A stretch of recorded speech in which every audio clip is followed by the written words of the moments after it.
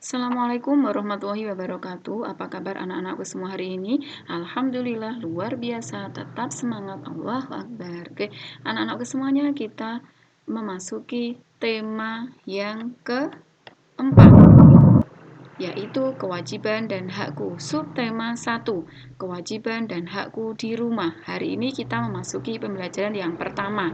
Sebelum belajar, kita akan berdoa terlebih dahulu. Bismillahirrahmanirrahim. Rabbi zidni ilma warzuqni fahma.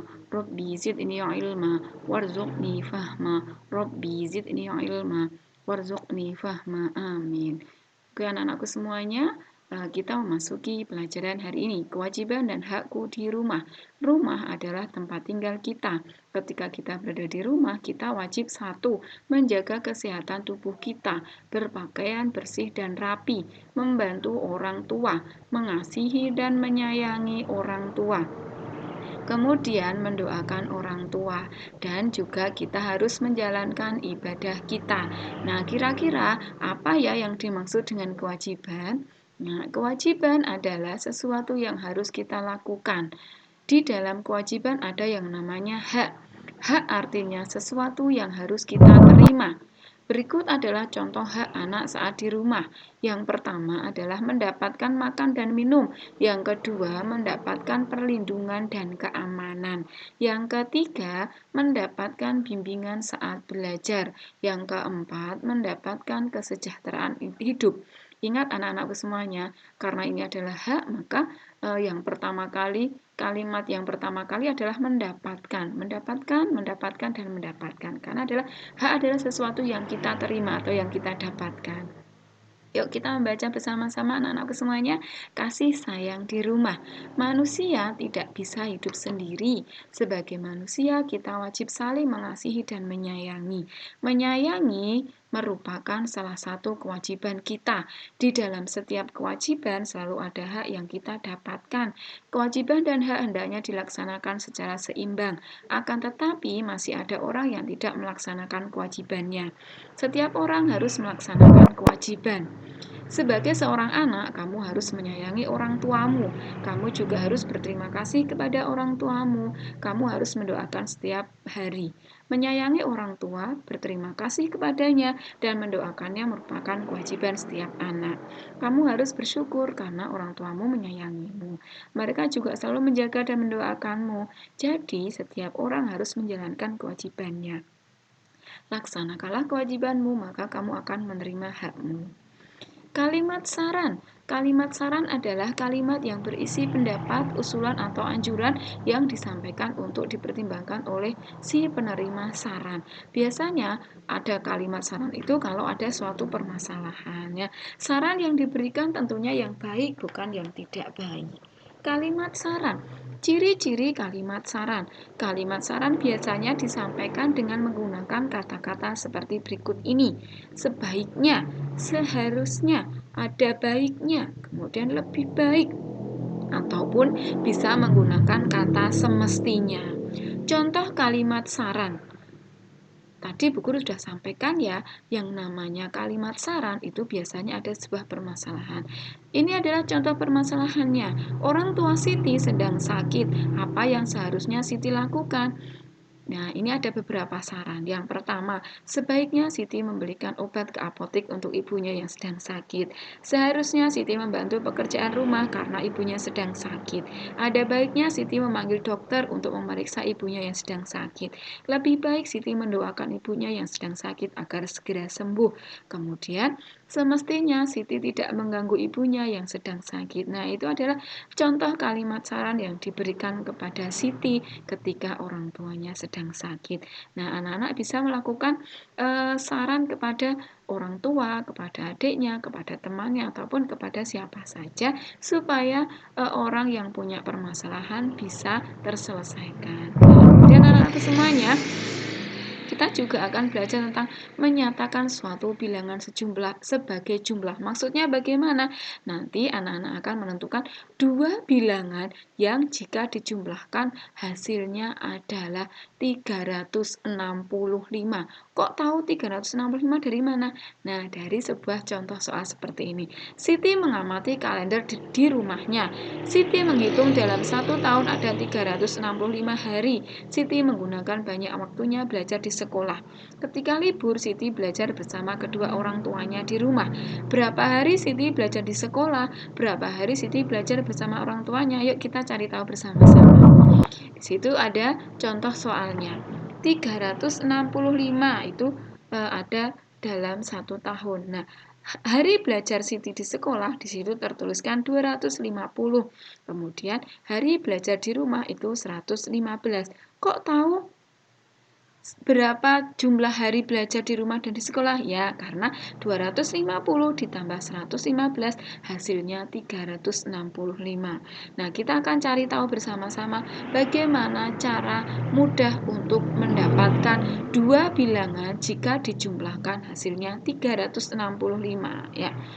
Kita akan cari tahu bersama-sama cara menentukan suatu bilangan sebagai jumlah jika sudah diketahui jumlah bilangan tersebut. Ingat kata kuncinya adalah 365.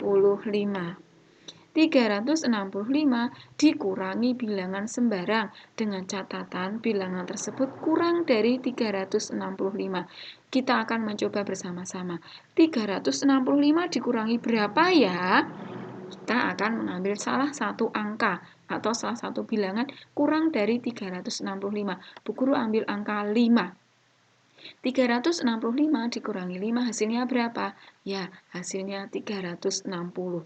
Sekarang, dua bilangan tadi ditaruh di kotak di bawah angka 250 dan di bawah angka 115. Ya, angka 5 Bu Guru taruh di bawah angka 250. Ya, angka 360 ditaruh di bawah angka 115. Kalau kita jumlahkan hasilnya 5 ditambah 360 hasilnya 365.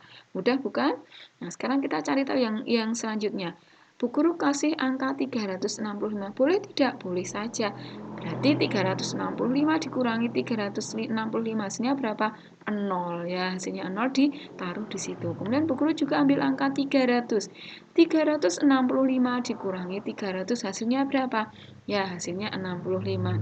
Karena 300 ditambah 65 hasilnya 365. Kemudian Bu Guru ambil contoh angka 200. 365 dikurangi 200 hasilnya berapa? Ya, hasilnya 165. Mudah bukan? Yuk silakan nanti anak-anak bisa berlatih sendiri. Di contoh yang selain 365. Nanti anak-anak boleh memberikan contoh selain 365.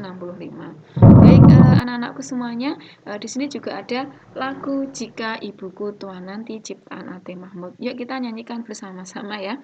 Kamu tentu sangat senang mendapatkan perhatian dari orang tuamu. Kamu dapat menyampaikan rasa sayangmu dengan cara menyanyi. Tahukah kamu lagu Jika Ibuku Tua Nanti? Amati liriknya, cobalah nyanyikan sesuai kreasimu. Perhatikan gurumu bernyanyi, ikuti perlahan dengan irama yang benar ya. Guru akan menyanyikan lagu Jika Ibuku Tua Nanti. Jika ibuku tua nanti, beruban berambut putih, akan ku jaga ibuku agar senang selalu.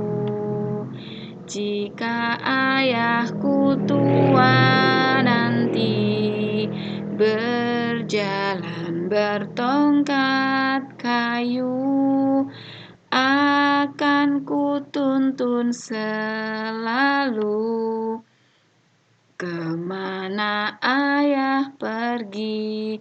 Oke, bisa anak-anakku semuanya? Bu Guru ulangi satu kali lagi. Jika ibuku tua nanti, beruban berambut putih, akan ku jaga ibuku agar senang selalu. Jika ayahku tua nanti, berjalan bertongkat kayu, akan ku tuntun selalu Kemana ayah pergi?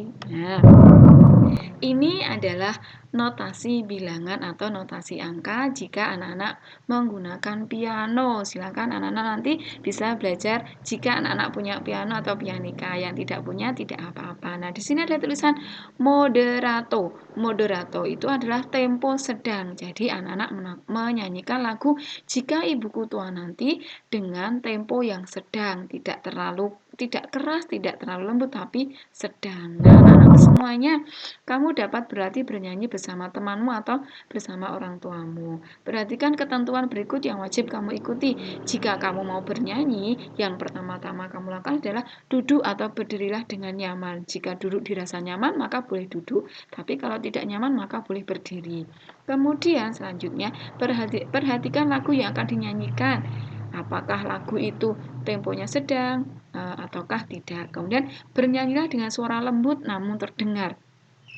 Jangan terlalu keras-keras menyanyikan, tapi dengan suara yang pas, lembut, tapi terdengar. Kemudian lakukan dengan kompak. Kemudian cobalah dengan suara lembut seperti berbisik, suara normal, dan keras. Mana yang lebih bagus menurutmu? Baik anak-anakku semuanya, untuk hari ini kita cukupkan sampai sekian ya. Terima kasih anak-anakku semuanya. Kita akhiri dengan membaca hamdalah bersama-sama. Alhamdulillahirrabbilalamin. Wassalamualaikum warahmatullahi wabarakatuh.